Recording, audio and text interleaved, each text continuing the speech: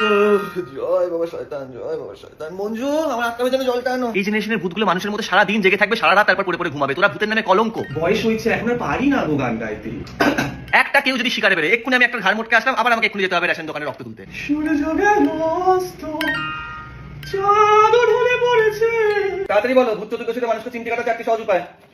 একটা কেউ কিছু বলতে পারছে না। কদিন পর ভূত চতুর্দশী, ফিল্ডে গিয়ে কি করবে তোমরা? আকাশটাও দেখো যেন গলে পড়েছে। এই মেছো, তুমি কিন্তু একদম ফ্রেশ আত্মা দিচ্ছ না গো, একদম টেস্ট নেই, কিছু পিওর অর্গানিক নেই। একটু আসতে, আমার এখানে অনলাইন কেয়ারিং ক্লাস চলছে। আমি ঠিক করে ভয় দেখাতে না পারলে মানুষজন বাজে রেটিং দিলে আমার চাকরিটা থাকবে। ব্রহ্মদৈত্য স্যারের চুরি যাওয়া পরিদের খবর জানতে চেয়ে তাকে চিঠি লেখো। কি লিখবে?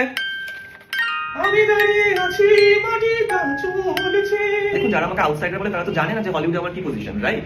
সো তারা জাস্ট হিংসেই সব বলছে। দে আর জাস্ট ট্রোলস, ইউ নো। বুকের ভেতরটা কেমন ধপ করছে। এই যে নিশি ম্যামকে আমি কতবার ব্রহ্মদৈত্য স্যারের কাছ থেকে নামতে দেখেছি। কিছু না কিছু চলছে। এইসব লোকাল পেতনিদের বিশ্বাস নেই, জানো না তুমি, ডেসপারেট। সজনী, এটা কি আমার প্রথম ভালোবাসা? কিশোর স্যারের পেটের ফোড়ার খবর জানতে চেয়ে চিঠি লেখো। কি লিখবে? দেখ মঞ্জু, তুই কাজ করবি না বলে দিবি। হুটহাট করে না ছুটি নেওয়ার ব্যাপারটা আমার একদম পছন্দ নয়। অডিশন দিতে গেছিলিস? মঞ্জুলিকা রিলোড? বাহ, সবাই হিরোইন হবে এখানে। না না, আজকে শরীরটা আমার ভালো নেই, আমি কাল বাড়িতে ঘুমাবো। হ্যাঁ, গুড মর্নিং, গুড মর্নিং।